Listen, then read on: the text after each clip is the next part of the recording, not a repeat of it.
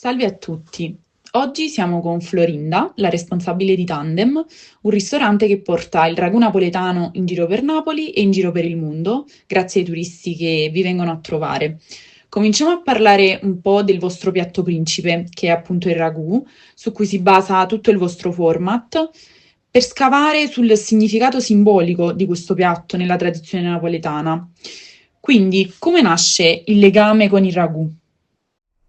Il legame con il ragù sicuramente attraversa la storia, è un legame che viene tramandato attraverso appunto questa ricetta e che racchiude non solo una pietanza, ma proprio l'intimità delle mura domestiche. Il ragù diventa l'anima della festa domenicale e richiama un po' anche tutti i ricordi quindi che noi abbiamo riguardo l'infanzia, quando appunto veniva messa su questa pentola, questa preparazione di lunghe e lunghe ore che inebriava tutta la casa. È un legame oramai secolare, io direi quasi innato per noi oggi. Per Napoli adesso il ragù rappresenta questo, la convivialità. E invece, quali sono i ricordi che hanno dato vita a questo format legato al ragù? I ricordi sono quelli sicuramente di Manuela, che è la fondatrice, ma sono poi in realtà quelli di tutti i napoletani. Questa pentola di questi profumi e di questa voglia già dal mattino di curiosare all'interno della pentola, di assaggiare questi odori che prevalgono e attraversano tutta la casa. A noi piace dire di aver in qualche modo legalizzato la scarpetta. La cosa interessante del nostro format è proprio questo, che noi nasciamo come una scarpetteria, cioè noi servivamo questa pentola gigante di ragù e le persone potevano porzionare delle ciotoline per fare quest'intingolo. E questi grandi pentoloni cosa contengono? Tra carni, pomodori, condimenti?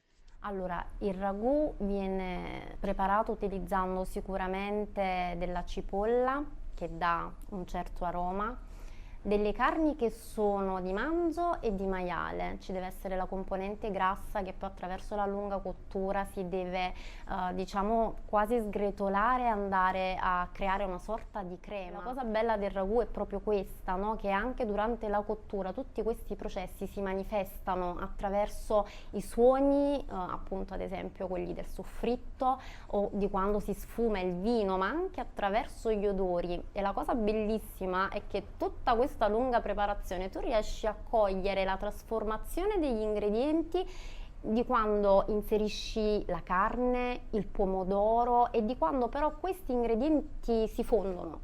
Quindi viene fuori quasi un terzo ingrediente. A cosa ti rimandano l'odore e il gusto del ragù oggi?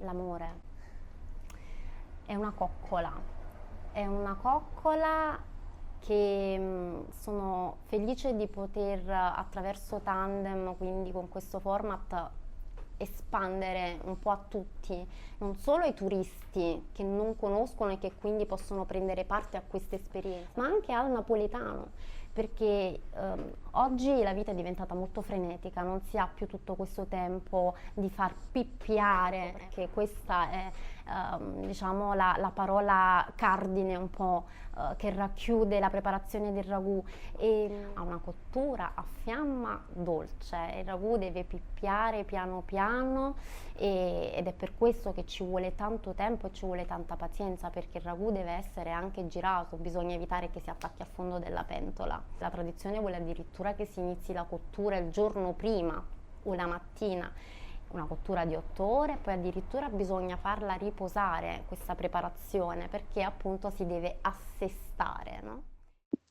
Sappiamo che il ragù è un piatto molto versatile, come hai detto tu prima, lo si può usare per fare la scarpetta e quindi mangiarlo da solo, oppure vi si può condire la pasta. In questo caso, qual è la pasta perfetta da mangiare con il ragù? La pasta tradizionale che viene utilizzata è il maccherone della zita, cioè lo zito. Lo zito è questo qua, ha un formato tubolare, questa è nella versione già spezzata, però in realtà è molto più lunga, Generalmente devono uscire 4 pezzi così ed è possibile trovare anche le cosiddette orecchietelle nel piatto, che attenzione ci devono essere perché è proprio sinonimo della cura, del fatto che lo zito sia stato spezzato a mano. Sono state fatte modifiche alla ricetta che vi è stata tramandata? No, assolutamente, noi abbiamo la nostra ricetta ed è rimasta sempre quella. Ogni napoletano ha la sua ricetta del ragù, lo sappiamo tutti e noi quella che utilizziamo è quella della nonna di Manuela.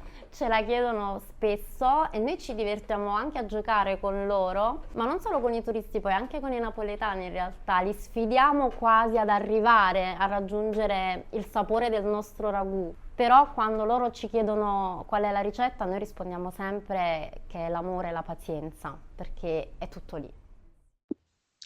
Il tipo di ragù che vi rappresenta è più di tutti il ragù alla napoletana, ma ci sono diversi tipi di ragù, ad esempio il ragù alla bolognese.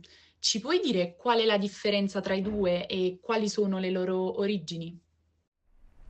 Allora, l'origine è la medesima. Prendono vita tutte e due da una pietanza francese, che è uno stufato, che si chiamava appunto ragù, a base di carne, di pesce, che poteva comprendere delle cipolle. Ovviamente questa ricetta si è trasformata nel tempo, è arrivato il pomodoro e quindi è stato inserito all'interno della ricetta. Ha subito un po' anche tutti i processi storici, arriva con i francesi con gli angioini, però poi nel nazionalismo il termine ragù appunto doveva essere in qualche modo italianizzato, no? E quindi arriva questa trascrizione fonetica appunto di quello che è il ragù, che poi viene anche volgarizzato e viene chiamato un ragù.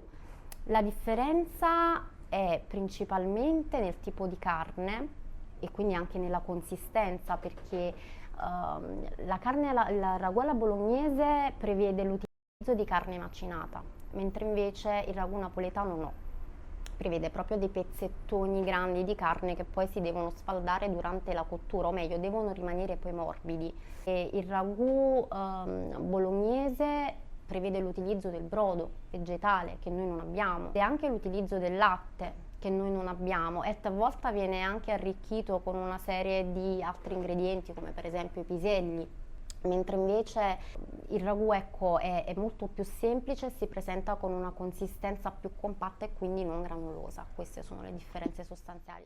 E invece la genovese?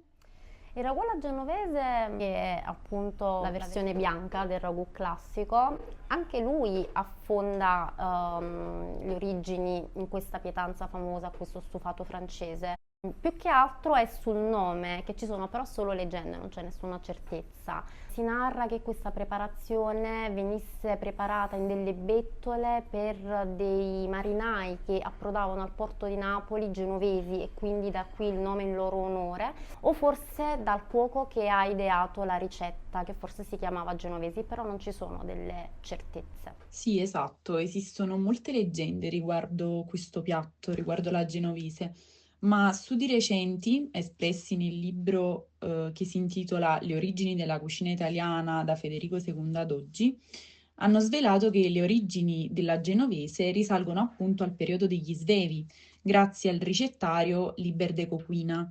E questo piatto napoletano si chiama così stranamente perché all'epoca erano i genovesi a commerciare la pasta in tutto il Mediterraneo. Quindi capiamo bene che il ragù è stato protagonista della nostra cucina da sempre e lo è anche in una commedia molto bella di Edoardo De Filippo, che si chiama Sabato, Domenica e Lunedì. E nella versione cinematografica la protagonista è Sofia Loren e in una scena spiega attraverso le due donne di casa come si fa il vero ragù napoletano, che fa da sottofondo e nello stesso tempo da personaggio principale con il suo pippiare, come ci hai detto tu prima, agli incontri e agli scontri della famiglia. A te piace questa commedia? A noi piace tantissimo quella commedia, piace tantissimo De Filippo. Noi portiamo in tavola De Filippo e anche le sue poesie. E penso che la chiave sia tutta nelle prime strofe che recitano il ragù che mi piace a me o faceva sulla mamma. Noi ce l'abbiamo proprio scritto gigante come manifesto all'interno dei nostri locali perché penso che si evinca tutta la sacralità che rappresenta il ragù. Adesso, se tu sei d'accordo, parliamo un po' del vostro format. Tandem ha diverse sedi. Cosa possiamo trovare di diverso tra le varie sedi in giro per Napoli? Guarda, la differenza sostanziale del nostro format si evince tra il menù del takeaway e quello del ristorante, perché il menù del takeaway è una versione un po' ridotta, no? Street food, rispetto a quello che è quello da ristorante, quindi sicuramente nella versione ristorante potrai trovare la pasta e patate con il ragù, il sartù di riso, la lasagna ricca napoletana, la braciola. La cosa bella del nostro format penso che sia proprio dare la possibilità di assaggiare il ragù in tutte le sue declinazioni. Il gioco è tutto lì, sì, un dualismo che si abbraccia. Takeaway nella versione del cuzzitiello che è il must dello street food, che nasce proprio per quello, anche perché noi siamo nati principalmente in una zona universitaria con l'asporto di mezzo cannone e quindi perché non portare a tavola gli studenti nei break un cibo appunto così lento nella preparazione ma così veloce nella sua fruibilità. E per finire, domanda d'obbligo, perché proprio Tandem? Perché proprio questo nome così moderno per definire un locale che porta in tavola un piatto così antico? Oserei dire un nome quasi avanguardista. Napoli si è evoluta nel tandem che ha anche questo suono molto giovanile, molto bello a mio avviso, non si va mai da soli, è una bicicletta dove si pedala sempre in compagnia e quindi anche lì va ad esaltare il senso di convivialità che portiamo poi alla fine a tavola. C'è qualcosa che vuoi aggiungere che non ti abbiamo chiesto? Sì, una cosa di cui vado molto fiera, di cui però non parliamo quasi mai, è che noi siamo presenti anche sul Monopoli Napoli, che è una cosa che mi piace molto, sia perché siamo presenti grazie ad un invito e per noi è stato veramente importante perché è come aver ricevuto la conferma di essere in qualche modo diventati un elemento caratterizzante della città di Napoli, ma poi anche perché evidenzia lo sviluppo della nostra città a livello turistico, cioè essere presente sul Monopoli Napoli per noi è come portare a tavola un'altra forma di convivialità ed è stupendo, quindi sì.